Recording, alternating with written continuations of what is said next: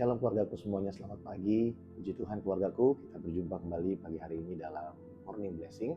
Saya senang sekali hari ini dapat berbagi sesuatu bagi setiap kita dari kebenaran firman Tuhan.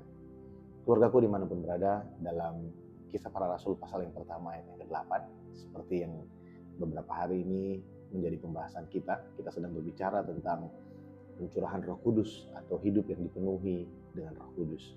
Di hari Selasa dan hari Rabu kemarin, kita sama-sama merenungkan bagaimana Tuhan mau supaya kita tidak hanya fokus atau mengejar sebuah pengalaman, manifestasi, tapi bagaimana supaya kita mengejar kehidupan yang menjadi dampak bagi orang yang ada di sekeliling kita. Dan di hari Rabu kemarin kita belajar bagaimana kuasa yang diberikan Allah Roh Kudus dalam kehidupan kita adalah kuasa yang memampukan kita, bahkan di tengah-tengah tekanan, di tengah keadaan yang sulit, kita tetap dapat memuliakan Tuhan, kita tetap dapat menjadi berkat, kita tetap dapat melakukan kebenaran yang seharusnya kita kerjakan di tengah-tengah dunia yang sedang menuju kebinasaan ini. Nah keluargaku, ketika Tuhan Yesus dicobai di padang gurun, kita tahu Tuhan Yesus berpuasa selama 40 hari, dan sebelum dia menyelesaikan puasanya, Yesus mendapatkan 3 pertanyaan dari si jahat, dan Yesus menang terhadap semuanya itu. Dan dalam Lukas pasal yang keempat ayat yang ke-14 di sana dikatakan ketika Tuhan Yesus selesai berpuasa dan selesai dia dicobai oleh si jahat, oleh iblis, Yesus kembali ke Galilea dengan kuasa. Kata kuasa yang ada di dalam ayat itu adalah kata kuasa yang sama yang digunakan di dalam Kisah Para Rasul pasal yang pertama ayat yang ke-8.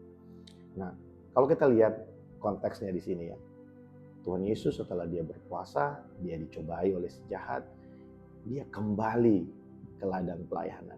Dia kembali ke tempat di mana seharusnya dia ada, yaitu di tengah-tengah murid-muridnya, di tengah-tengah lingkungan masyarakat, supaya melalui kehidupannya dia bisa terus melayani dan bisa menyatakan kerajaan Allah di tengah-tengah warga masyarakat yang ada pada saat itu.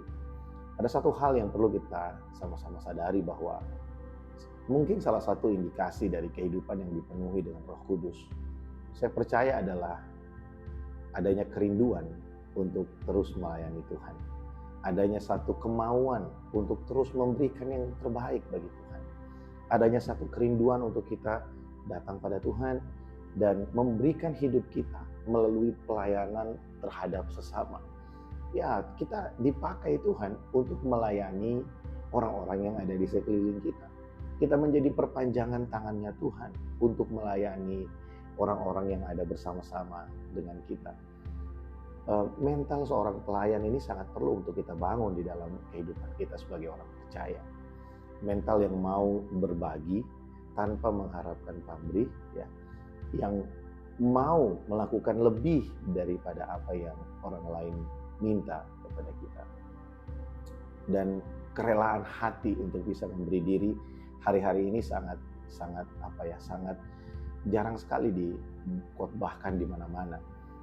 Kita sering mendengar kata volunteer, atau bekerja untuk pekerjaan sosial, tapi tidak menerima apa-apa, bekerja dengan sukarela misalnya, seperti itu. Tapi kalau kita mau jujur, di beberapa tempat volunteer itu menjadi satu gengsi tertentu, atau menjadi satu status yang dikejar gitu. Wah, aku volunteer loh. Bukankah itu juga kita sebenarnya menghadapkan sesuatu?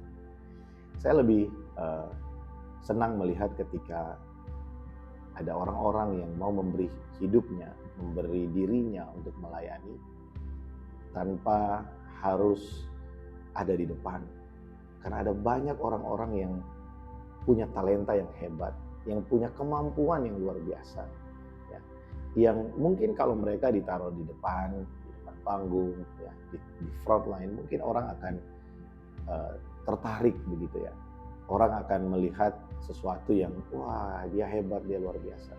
Tapi mereka memilih untuk ada di belakang, dan dengan semua daya upaya yang mereka punya, mereka tetap menjadi berkat dimanapun Tuhan tempatkan. Kerinduan untuk pelayanan, untuk melayani ini perlu untuk kita bangun, untuk kita miliki. Apakah saudara sudah melayani Tuhan hari ini? Kalau saudara belum melayani Tuhan, mari melayani Tuhan. Pakai apa yang ada dalam hidup saudara untuk melayani Tuhan. Bukan berarti melayani Tuhan kita harus pintar berkhotbah. Saya harus jujur berkata, saya pun tidak terlalu pandai, masih belajar sampai hari ini. Tapi yang saya punya cuma satu adalah kerinduan untuk jadi berkat. Mau melakukan sesuatu supaya melalui apa yang Tuhan percayakan dalam hidup saya, ada banyak orang dapat dikuatkan dan menerima sesuatu yang baru dari Tuhan. Saya nggak tahu, biasanya ada orang yang tidak nonton video sampai selesai, but it's okay. Tujuan saya adalah jadi berkat. Kalau saudara melihat ini dan saudara diberkati Tuhan, saya bersyukur. Dan segala kemuliaan hanya buat Tuhan. Dan saya juga tidak pernah tahu siapa yang nonton sampai habis, siapa yang tidak nonton sampai habis, saya nggak tahu. Tapi saya percaya, kalau kita memang dipenuhi oleh Roh Kudus, pasti kita punya kerinduan untuk melayani Tuhan. Biarlah kehidupan kita jadi berkat untuk orang-orang yang ada di sekeliling kita.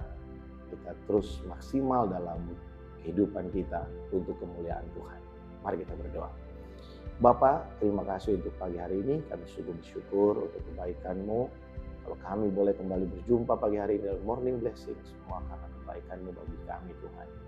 Bapa, pagi hari ini Hamba berdoa untuk setiap keluarga-Ku, HCC Family dimanapun berada. Dengan segala pergumulan kami, dengan semua hal yang ada dalam hidup kami, aku berdoa biarlah Roh Kudus memberikan kami kerinduan untuk kami melayani Engkau dengan semua yang ada dalam hidup kami. Kami tahu Tuhan tidak memanggil yang mampu, tapi Tuhan memanggil yang mau. Dan Engkau mampu memperlengkapi Tuhan orang-orang yang tidak mampu, supaya mereka mampu melayani Engkau. Terima kasih Tuhan. Kami bersyukur untuk anugerah-Mu yang besar dan berlimpah bagi kami. Berkati kami di hari Kamis ini. Bersyukur dalam nama Tuhan Yesus kami berdoa. Amin. Puji Tuhan keluargaku, selamat beraktivitas di hari Kamis ini. Tuhan Yesus memberkati setiap kita. Shalom.